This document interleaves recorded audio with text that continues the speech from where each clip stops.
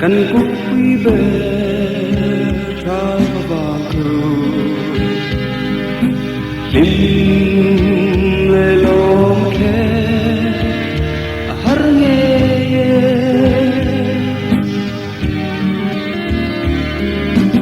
an kim pasilo ma na lung du lên ruộng rong kề lung lên một phi nè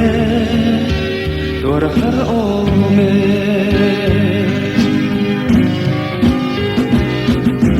phong đã gia sami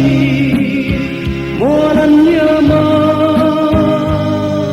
a chen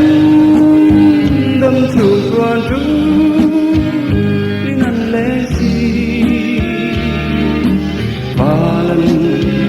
Lim tan sente aharti azwal ni kasilung le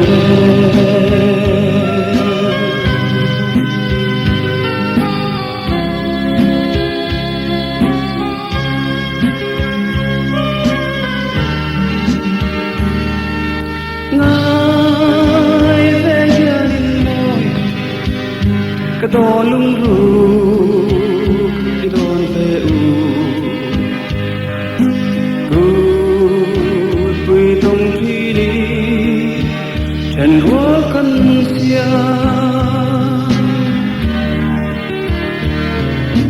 wang quy trăng sĩ đi để na yên căn mừng một thủy đông tao na kim tolo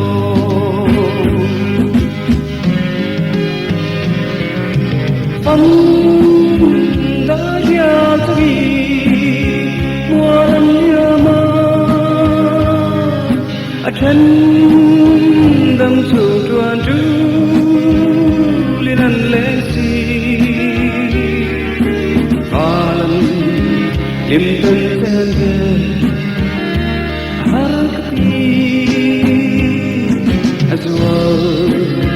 Joani kasilung le Van lim tun tende aharti Joani kasilung le